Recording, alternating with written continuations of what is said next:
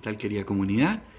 Hoy es miércoles 8 de abril, estamos en este miércoles santo y hoy día vamos a meditar en torno al Evangelio que nos regala la liturgia de la Iglesia, que es Mateo 26, de los versículos 14 al 25.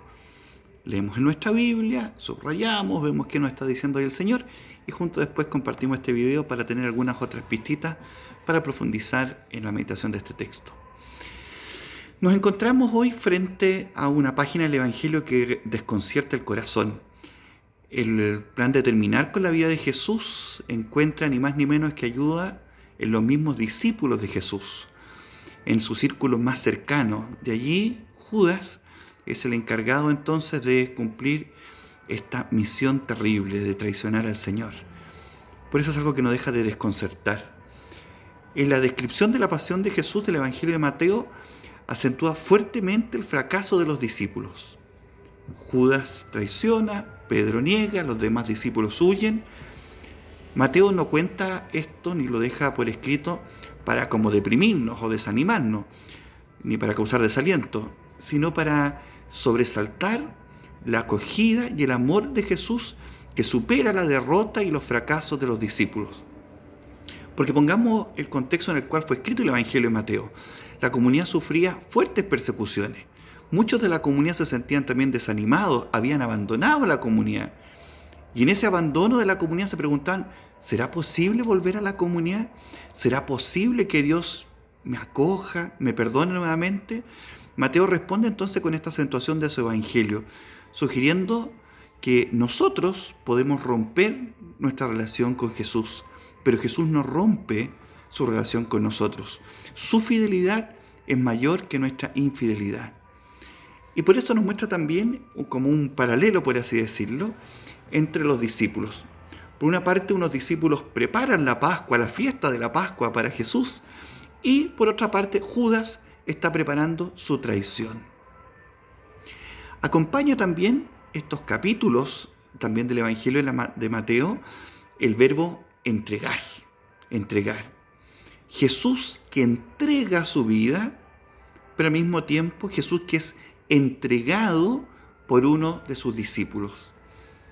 Pero siempre acentúa y mantiene el norte en que es Jesús quien entrega su vida. De sus propios labios escuchamos: a mí nadie me quita la vida, yo la entrego, porque no hay amor más grande que dar la vida por los amigos. Sigue siendo Jesús el protagonista de esta entrega. ¿Cuáles son las motivaciones que tuvo Judas para entregar al Maestro? No las sabemos en concreto. Puede haber sido el dinero, la envidia, la desilusión. Lo que sí sabemos es que Judas se transforma en el modelo del discípulo que decide abandonar a Jesús y su seguimiento y que rompe definitivamente la relación con el Maestro. Nos entrega el detalle el Evangelio de que Judas entrega a Jesús a cambio de 30 monedas de plata. Es decir, lo que vale la vida de un esclavo muerto. Nos decía el Antiguo Testamento que si un animal, en caso un buey, dañaba a un esclavo, mataba a un esclavo, ¿cierto? La compensación que tenía que dársele al dueño de ese esclavo eran 30 monedas de plata. Es decir, para Judas, la vida de Jesús vale lo mismo que la vida de un esclavo muerto. ¿Cómo no recordar entonces otros pasajes del Evangelio donde Jesús instruía a sus discípulos? No se puede servir a Dios y al dinero. No se puede, Judas, servir a Dios y al dinero. Tarde o temprano se termina despreciando uno para correr tras el otro. 30 monedas de plata, la vida de un esclavo muerto, es lo que valía para Judas la vida de Jesús. Recordemos también este detalle que nos entrega el Evangelio. Para los judíos, la comunión en la mesa, esta amistad que está en este contexto de la Pascua, que están celebrando, el hecho de que Judas, que los discípulos, ¿cierto?, ungen, comen de la misma mesa, y al comer esta misma mesa como expresión de amistad, meten la mano en el mismo plato, comen del mismo plato, cosa que también se da en nuestra cultura, ¿cierto? ¿Quién come del mismo plato que otra persona? Quizás los esposos, quizás los padres con los hijos, algún amigo pero de mucha confianza, de mucha amistad. Uno le puede dar del mismo plato a comer y a compartir.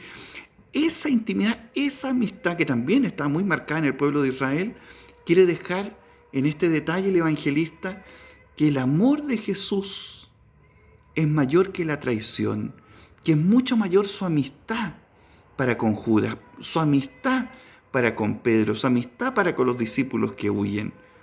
Jesús come del mismo plato con sus discípulos. ¿Qué nos quiere decir esto entonces? Que traición, negación, huida del resto de los discípulos. Que el amor de Jesús no depende de lo que los demás hagan o no hagan por Él. El amor del Señor es mucho más potente, es mucho más fuerte, es mucho más profundo. Hay también un detalle muy sutil que deja entrever el evangelista Mateo en estos pasajes del Evangelio. Los discípulos comienzan a llamar a Jesús como el Señor, reconociendo su poder, su autoridad. Pero Judas lo comienza a llamar Maestro, que es el mismo título que utilizan los adversarios de Jesús para hablar con él. Es decir, Judas comienza a hablar el mismo lenguaje que los enemigos de Jesús. Pero por otra parte, Judas tampoco ha podido ni ha sido capaz de dar el paso de reconocer que Jesús es el Señor. En palabras de San Pablo, si queremos, todo el que dice que Jesús es el Señor es movido por el Espíritu Santo, nos dice San Pablo. Judas ya no es movido por el Espíritu Santo, sino es el maligno que ya trabaja en su corazón desde el momento en que él libremente ha decidido entregar a su maestro, ha decidido traicionarlo. ¿Qué podemos reflexionar nosotros en torno entonces a este Evangelio? Dentro de la liturgia de la Iglesia, en la vigilia pascual, en el pregón pascual, se hace referencia a San Agustín con una frase muy potente y muy fuerte. Bendito pecado que me mereciste tan grande Redentor. Fíjense qué fuerte la afirmación.